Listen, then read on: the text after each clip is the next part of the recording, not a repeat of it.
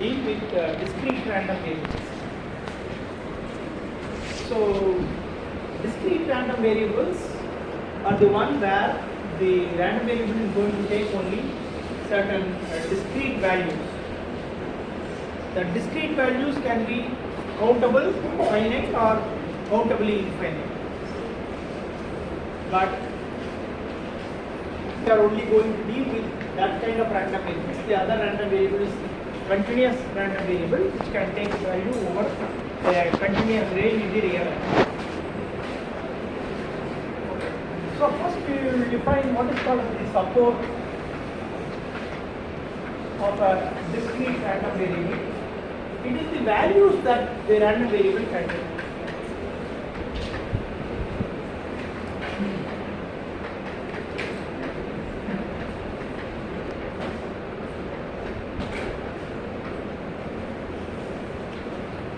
Okay. So we can use some letter for this to indicate the support. We will use D. It's not the domain, but it is because of the domain of a random variable is the sample space, and the range of the random variable is the real axis. Codomain is the values, okay, that it can take in the range. We can talk about the codomain, but we will call it as the support. So for example, the domain of the random variable can be 1, 2, 3, 4, 5, 6. In the case of the throwing of a die. In the case of a binary transmission, where we transmit bits, it can be 1 or 0. The value of the bits, we associate the value of the bits. And like that. These are all the cases where the domain is support is finite, or it can be countably infinite. It can be 1, 2, 3. It can go on like that. So that is what we call the support of the random. So for this random variable, to define it, what we have to do is we have to first tell the support. What are the values it can take in the real axis?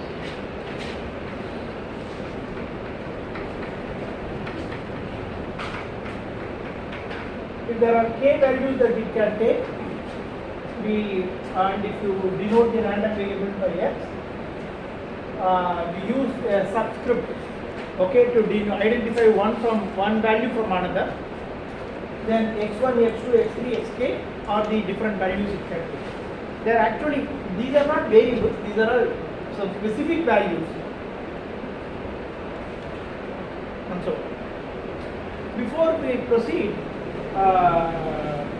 talking about different discrete random variables, one convention is to be clearly understood that we will crowd following. We use capital letter to denote a random variable.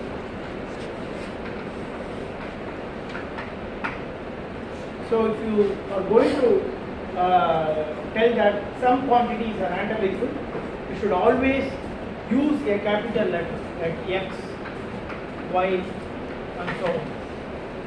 Never use small x or rho or whatever it is or I or something to denote random variable. Then the random variables will take certain values within its support. So those have to be represented. So if you want to mention a generic value that it is going to take in its support, okay, so that is, it may be either 1 or 2, you want to identify that specific value it can take. So for that you can use a symbol for that. Usually those are all specific values it takes.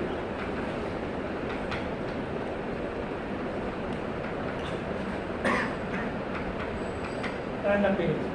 For that you always use small case letter.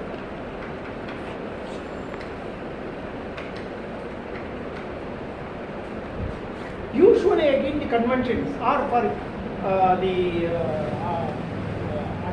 use the convenient way of denoting the values taken by a random variable is to use the corresponding small case letter whose capital case letter is being used to denote the random variable. That is, for the case of x, you may use small x. For the case of y, you can use small y, and so on. But if there is no, this is not a hard and fast rule as long as you understand it. For case of x, you can also use k or so. But use always a small case letter for the values that you take, and for capital case for the random variable. So if I mention capital X, it means it is a random variable. But small x means it is a value taken by the random variable capital X. Then what we have to do, we have given once we use a sample space and then an even space and then define the probability measure on that even space and so on.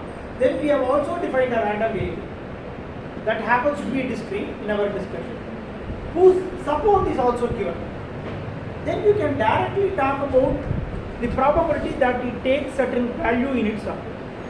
You don't need to get into which outcome led to that sample value, particular value in the support, which event led to that. See, then you can directly ask what is the probability that the random variable takes the value 3 or 5 and so on. There might be an event which would have led to 3 and 5. That is how you finally arrive at that. Once you arrive at those probabilities, henceforth we will not even bother about the probability triple. You will just stick on to the random variable and the probability of it taking different values. So that for the discrete random variable, we have to specify for every value. For example, if x can take values x1, x2, xk, then we have to define the probability of x taking a value within its support, and we have to do it, mention it for every value. That is probability that x equal to xi for I is equal to 1 to 2. This is what we have to specify. The corresponding probabilities can also be listed. It may be, for example, P1, P2.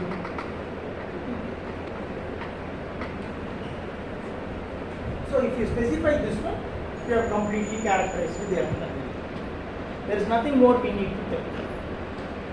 So this tells that the probability that capital X takes a value small x1 is P1.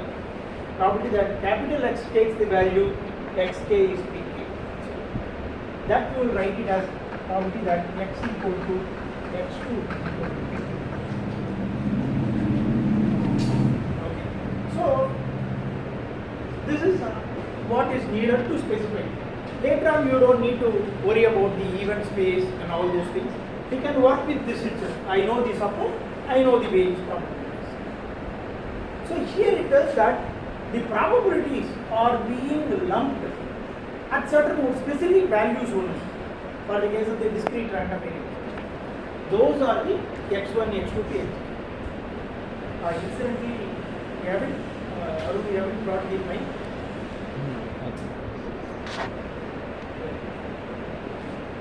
So that is what we have to specify. So this specification of all the probabilities, we will call it as the probability mass function.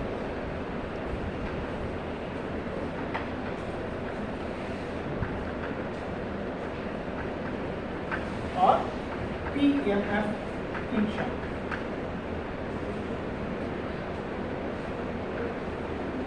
So this is an important way of characterizing the random variable.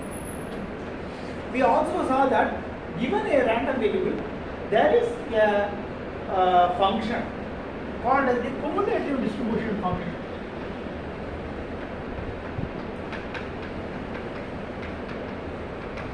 That you should be able to define.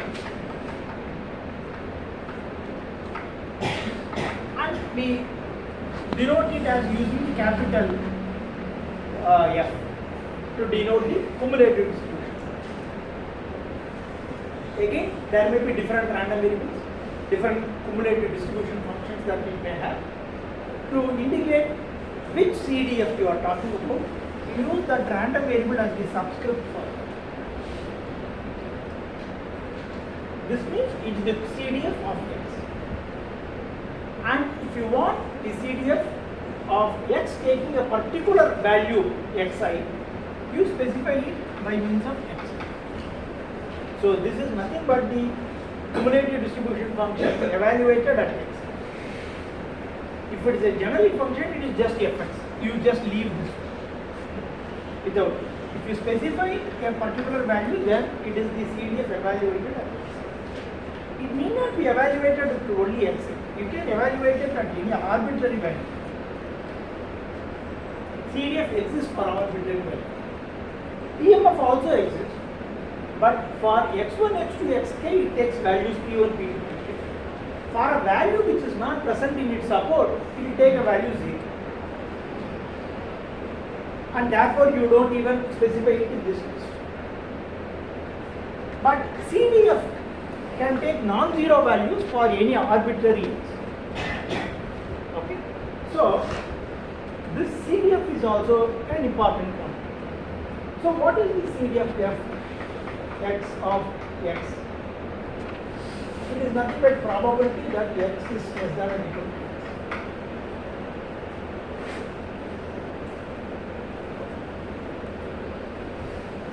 Well, that is how once you know PMF, you can compute CDF. How? You find all values in the support which are less than the small x. Add up all the probabilities up to that point. That will give you the CDF of that. That you can do. First of all, suppose you are not given this PMF, P1, P2, P3, but if you have to evaluate it from the sample space, okay, that is, you have a sample space, there is psi1, psi2 and so on, psi3. So psi1, psi2 both may map to the same value, psi3 may map to a different value, and so on. It may be like that. If you want to find, this is, let us say x1, this is x2. If you want probability that x equal to xi or 2 or whatever it is, what you have to do is the summation over probability of the occurrence of psi such that x of psi equal to x. Okay. So what we do is we identify all elementary outcomes such that the function that is the random variable maps those elementary outcomes to that particular value x. For each such elementary outcome, the probability is p of psi. We add up all such things. This is over all size will satisfy these values, and that will give you probability that x equal to x. This is how first of all you evaluate the PMF. So, well, so this is how we can define the two characteristics PMF for this. Well, some more thing we can talk about some general properties of CDF.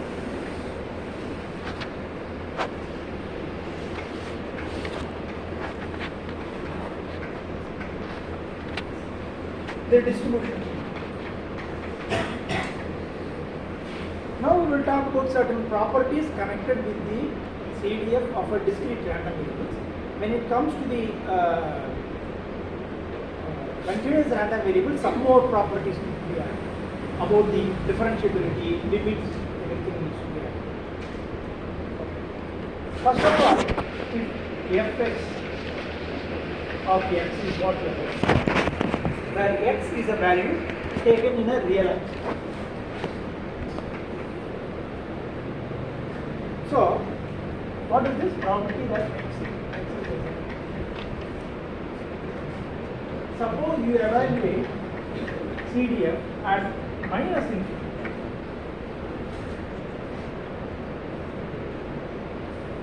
then its value should be equal to 0, because there cannot be any x less than minus infinity for it to contribute to the CD, because no x will satisfy being less than minus infinity. So therefore there is nothing to add, it is always 0. Similarly, if you calculate x plus infinity, all x's in its support will satisfy this. That is, everything will be less than infinity. Therefore, all the probabilities should be added, and it should add up to 1.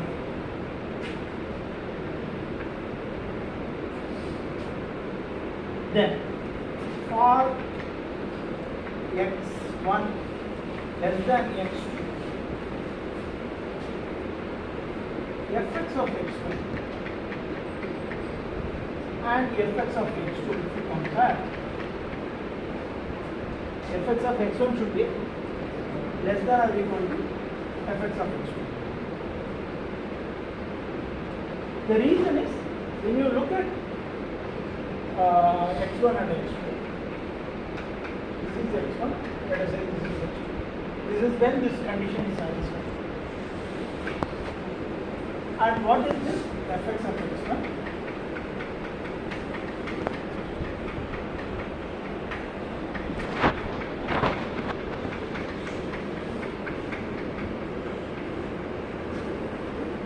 So this x less than or equal to x2, x1 is up to this. If you look at x less than or equal to x2, it is all up to this. So the interval x less than or equal to x2 has two parts. It's a union of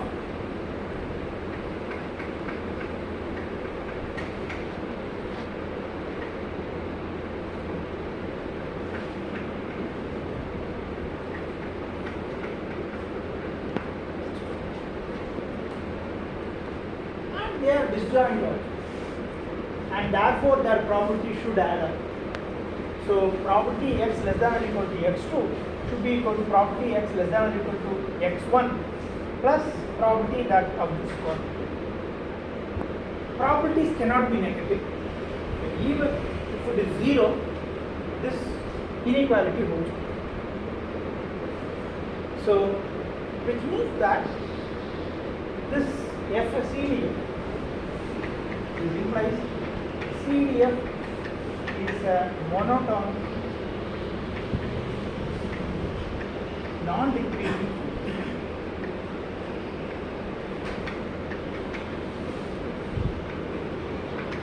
It cannot decrease. It can remain same for some time, but it cannot decrease.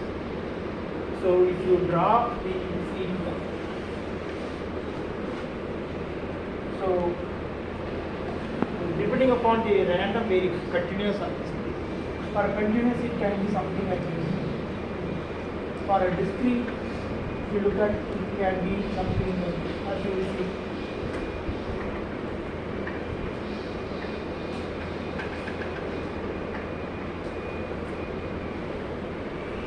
Asymptotically, it will reach 1.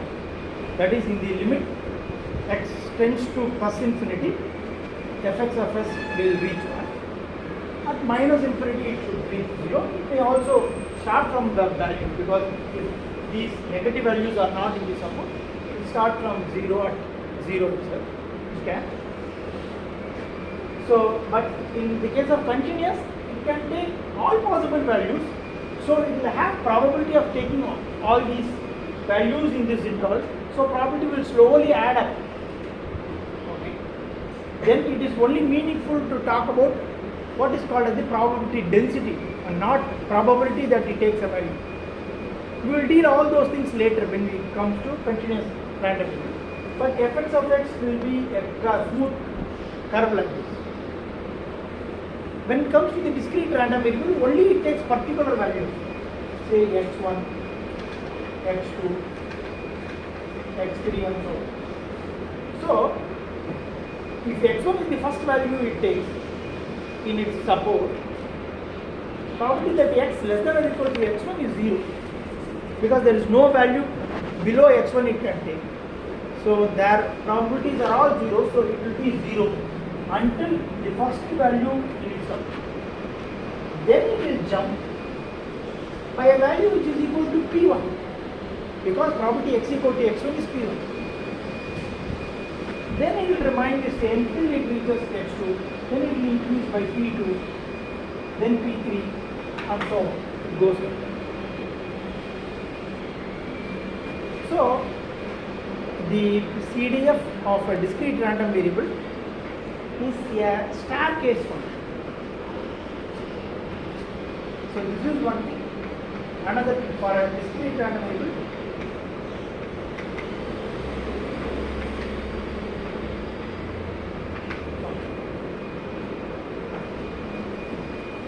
for a continuous random variable, it has to be a smooth differentiable function. But it is not so in the case of discrete random variable. You can also have mixed random variables. A random variable which takes, you are too late. Huh? Okay, fine. Good. So, it can mixed random variables are the one which will take values over a continuous range and also discrete values. So this is how the CDF is. And needless to say, the property of PMF is that PI are all greater than or equal to 0. That is the only thing. You cannot have a negative form. That is the only requirement for a PMF. So we have defined two functions to characterize the probability measure for a discrete random variable, PMF and the CDF. So CDF effects of xi, if you want to find, if I is something which is used to, if I is an index, stands for an index, and if the index starts from 1 onwards up to some value, then it is sigma j varying from 1 to I, probability that x equal to x. This is how we can find the CDF given the PMF. You want to evaluate the effects of at the time x or any x for that matter also it will hold. As long as the only thing is xj should be less than or equal to x. This is not only for evaluate effects at the x size, it can also be any. So given PMF you can evaluate. You can also evaluate the this one, PMF from CD.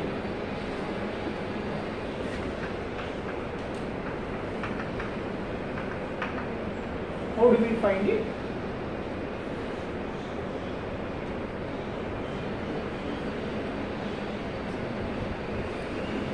The jump at the x is what we are going to find.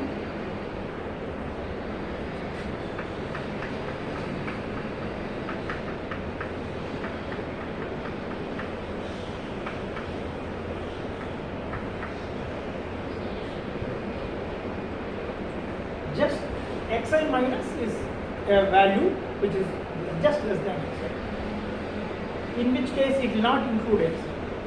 And this is xi plus 1, or I will even put plus, I can put xi plus just after xi. So this gives the difference in the value of the CDF. Then that is the PM at xi.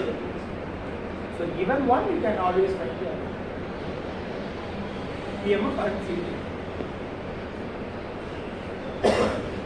Okay. Any problem?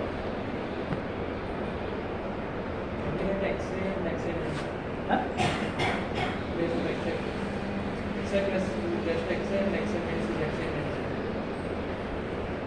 No, xi plus 1 will also be, it will take a value 3 just before xi plus 1 it will be the same. Oh, then again at xi plus 1 what value you will take, you are worried about. I am not okay. That is why I removed that one because I am using this notation. Okay. Now, having looked at this general way of characterizing the discrete random variable, we will take specific discrete random variable. And this, the first important discrete random variable is called as the Bernoulli random variable.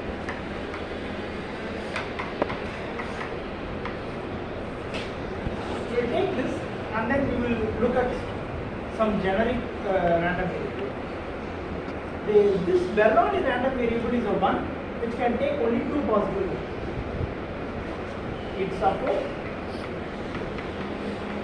has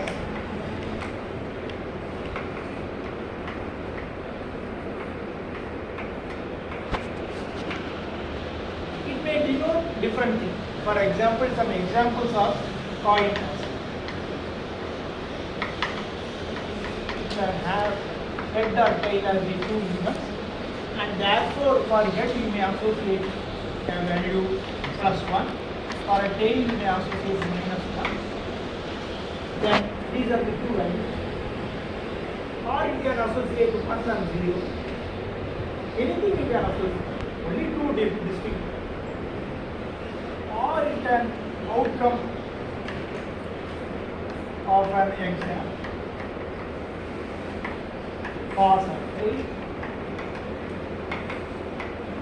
an answer which can be yes or no, and so on. So any kind of an experiment which has only two possible outcomes qualify to be modeled as a Bernoulli random. So generically what we will do is we will use that the random variable Ux is a Bernoulli random. Then we will tell that it has two possible values we can take. We will just indicate those two values are 1 and 0. Need not be just 1 or 0, +1 -1 or 5.14 or -26,500. Any two values are. It all depends upon your way of defining it. So again, one we will call it as success, another we may call it as failure. Okay.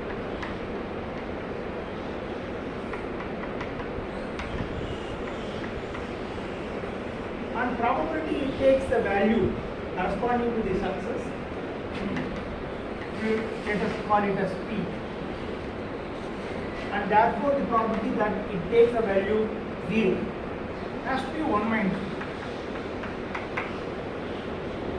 Because the probability should add up. So this is how we define a Bernoulli random. So to represent a Bernoulli random variable, a usual notation is like this: X, a tilde, and we use the term BERN for Bernoulli, and which tells that I am defining X. This is I am defining this. Tilde means I am defining X to be a Bernoulli random. But we will also specify everything. Okay, that is, what is the probability of success? What is the probability of failure? So that value needs to be specified. Otherwise, you only tell it's a Bernoulli. So we give the success probability as a parameter to this parameter, along with the specification that it is covered. So when I say X is defined to be a Bernoulli P, it means P is the success probability of Bernoulli random. So in any problem, any specification, it may just be given like that. Nothing more will be given. You have to automatically understand that X is a Bernoulli random variable.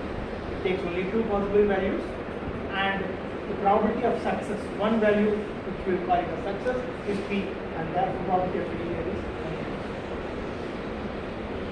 So how will PMF be done?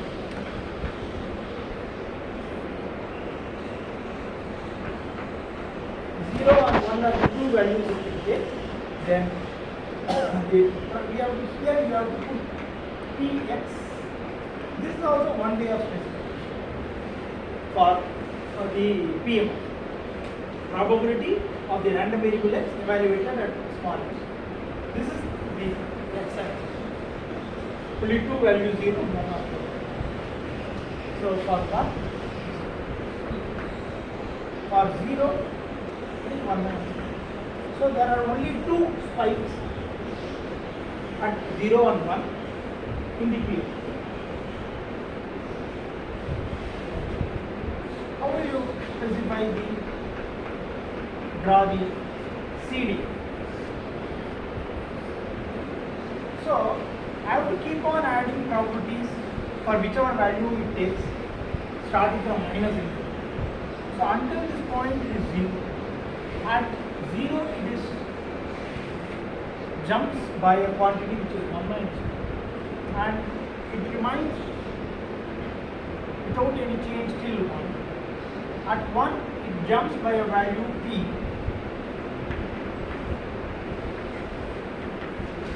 and becomes equal to 1 after that. So this is how the CDF will look.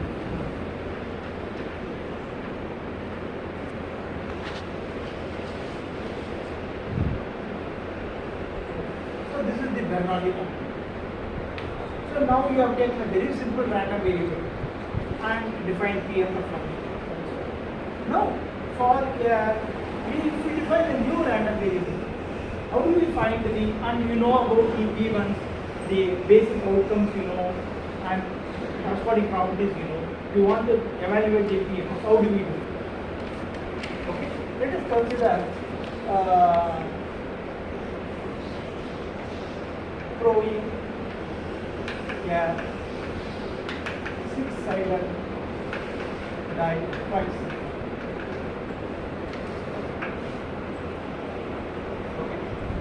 So we will consider this experiment. You have a die which has 6 sides, and the sides, the faces are denoted as 1, 2, 3, 4, 5, and you throw it once, one after. Obviously, the two throws are independent. The outcome of the first throw is not going to affect the second. That is, the experiments are independent. Now with this basic experiment, a number of random variables can be. X can be the random variable, the value, face value, okay, of the face value of the first throw. I will call it as F. That is, I don't even bother about the second throw. Whatever the face value means, whatever shows up, that number I define it as the value taken by that. Yes, face values of the second.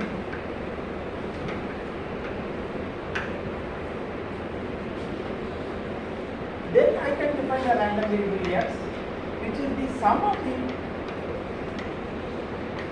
face values of the two throws.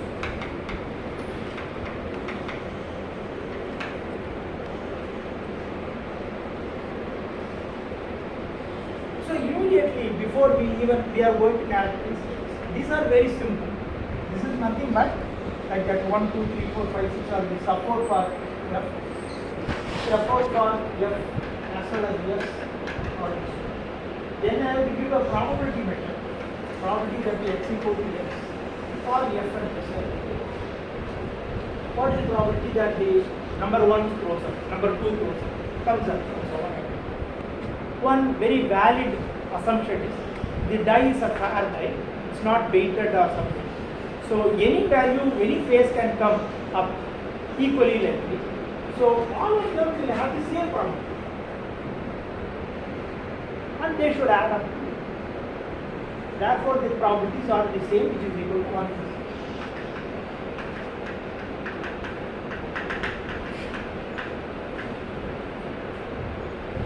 So this is easy to characterize the random variable capital F.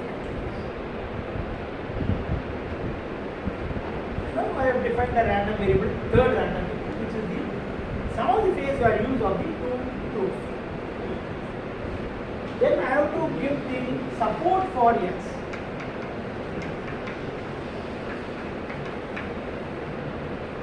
So what are the valid values you can take? 2, 3, up to 12. So first thing you have to do is to find the sum and then the problem. Before that also, there is one thing easy, something that we will now, although that was not the intention to bring it up now, it is now evident that these random variables are related. I can write x equal to f plus s, which has to be true, because the value of x is always the sum of the realizations of f and s. One more quantity, I will be using the word realization. Realization is nothing but the value taken by a random variable in a given experiment. Okay, which may be changing from one trial to another and so on. But the word realization means it is the outcome in one particular experiment. So this is how it is. So this now it is an equation connecting random variables. Just like we have a equation connecting just ordinary variables in your calculus functions. This is how. Then you can always talk about this. So if you have an equation for a parabola or something, okay, like that one, y is equal to 2a plus whatever, it's not parabola, I'm just taking 2x plus 3 and so on, a linear function. You know what values x, if you give what values y will do. Okay. Now, these are random variables. If f takes a particular value, s takes a particular value, you know what x will do. Just random. But generally, how will we calculate? We have generally characterized f using a PMF. F using another PMF, which happens to be same in this case. But now x has to be a PMF. That PMF has to be f. Can be derived using these two PMFs. So you put two PMFs inside, use some mechanism and come up with another PMF. So that is how if you have an equations of random variables, you will ever characterize this. That is why I am using the word characterization, means arriving at the PM or CD and so on. That is so well, x can be how to find it. For all these things, we have to find the P. Probability that x equal to x is small. It is the sum over all probabilities of size except x of this is what we have to do. So you look at all elementary outcomes which will lead to the value x, for which the random variable maps that elementary outcome to the value x. To evaluate PMF at that value, you have to sum up the probability of all those elements. What are the elementary outcomes of this experiment? That we need to talk about.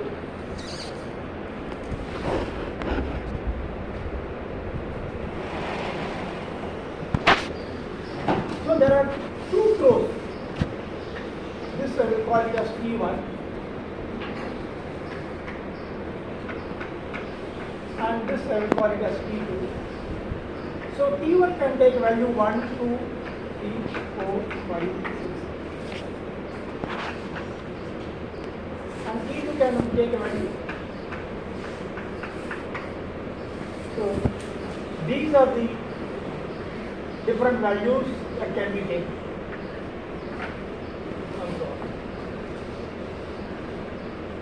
So the combined experiment will have an elementary outcome which is a pair of the elementary outcomes of the first and second, which I can denote it as 1,5 or 3,6 and so on. All these are the elementary outcomes. There are 36 elementary outcomes.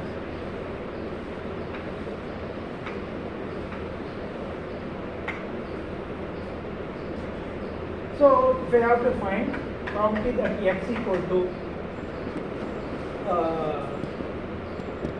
6, then First thing is all elementary outcomes of the combined experiment that leads to experiment 6 is what I have. So what are they? So to get 6 as the sum, I can have 1, 5 or 5, 1 or 4, 2, 2, 4 and then 3, 3. That's all. And each of these elementary outcomes are equally likely because each one of the 6 outcomes are equally likely. Similarly for this, their cross product, okay, each one will also be equally likely and their probability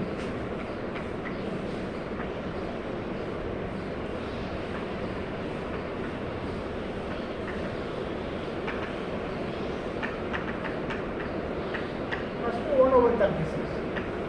All elementary outcomes are 1 over 36. So what I have to do is we have to find this one. I have to find number of elementary outcomes that correspond to this and multiply it by the probability. So 1, 2, 3, 4, 5, 5 by 5. Similarly, if I have probability that x equal to 1, 0. It is not even in the support. Probability that x equal to 2, because probability that x equal to 12 is equal to 1 over 26. Everything else can be overridden. Well, there can be other random variables which may be slightly not a difficult one, that can also be defined using this basic expression.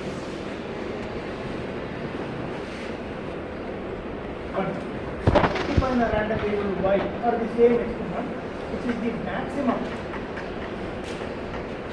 of the two truths.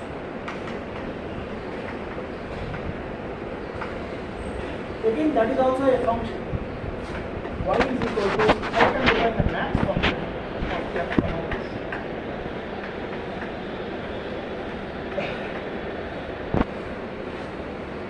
Then what values y can take? Suppose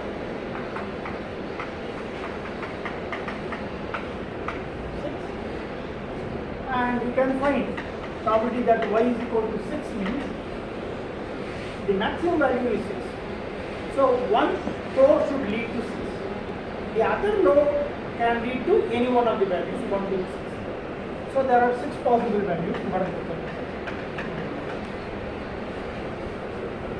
Similarly, you can find probability that y is equal to 3 means one of the value is 3. The other can be 1, 2, 3. So there are 3 ways, and 3 itself any one of them can take this one. So there are again 6. Like that you can find all the problems. Okay. So for a general experiment, you from the elementary that sample space, given the probability picture, you can find the PMF of the random. So for t y equal to 6, it should be 11 by 36. Well, what is it? Y is equal to 6. 11 by 36. Oh, okay. Yeah. So, yeah, 11 by 6. That is because one can take a value 6 while other can use one. Same way, but 6 comma 6 is common.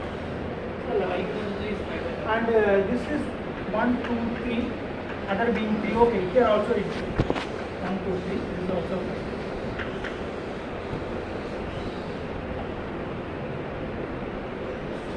So, Bernoulli random variable is the first one with the beta. Next, a random variable which is which resembles just like a Bernoulli random, but it is defined for a different purpose. It is called as the indicator random.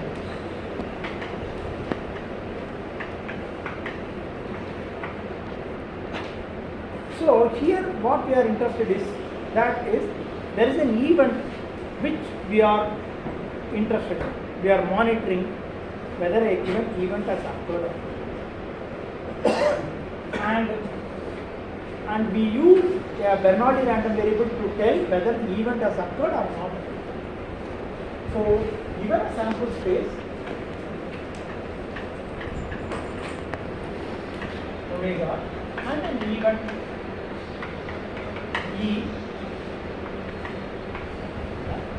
we denote indicator random variable.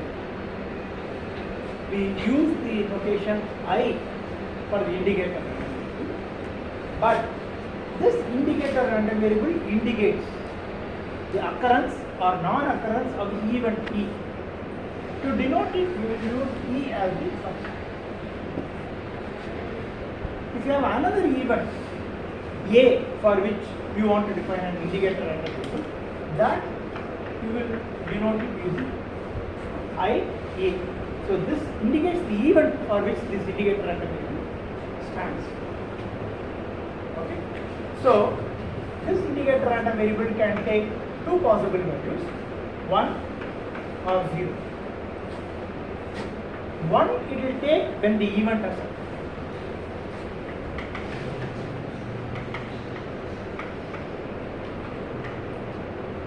0 when the event has not occurred.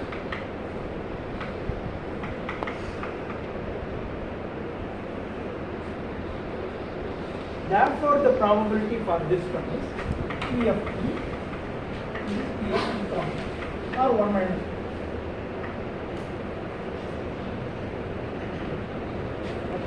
That's the only thing. If it were a Bernoulli, we would have called this as P 1 minus P.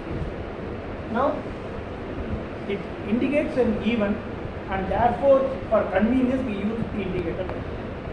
Otherwise, functionally, mathematically, it is the same as the Bernoulli random variable. Only our own sake of convenience, we call it as the indicator random variable. So again, all the properties are the same.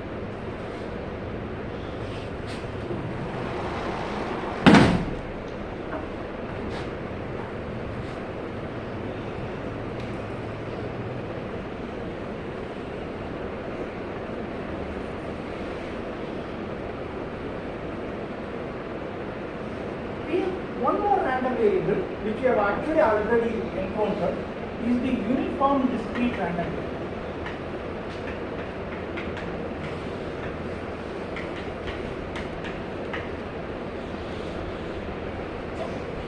So this is a random variable which usually by convention by exclusion takes only integer values starting from 0 onwards up to a value.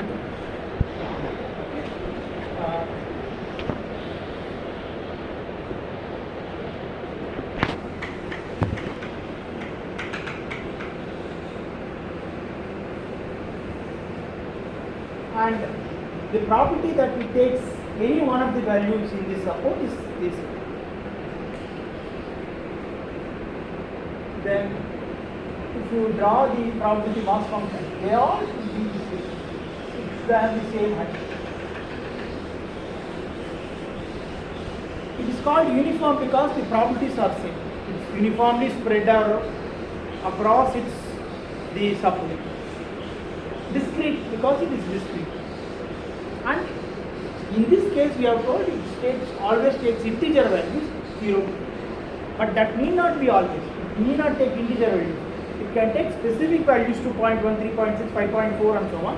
And all of them with same property. That is also uniform only. And need not be integer and so on. And it need not start with 0 to n and all these things. But generally when we say without any additional specification, when we say uniform discrete random variable, it takes only integer values of this value. And here if you call this as uniform, normally when we say you specify, again that depends, maybe for continuous or discrete also you can specify. You specify the range over which it will take the same value. Here that need not be specified, except you have to specify that. So it means that it takes a value between A and B inclusive. If it is continuous, it takes all values within A and B. If it is discrete, it takes between these two. So this is how you write the uniform value. So here the properties are all same. So its value should be equal to 1 over n cross 1. Because there are n cross 1. And this is an example of the uniform matrix. So we will stop at this point. We have introduced to 2 random variables, 3 random variables, and then move. So you will be tutorial sheet we will give you, but I have not covered that. You can stop.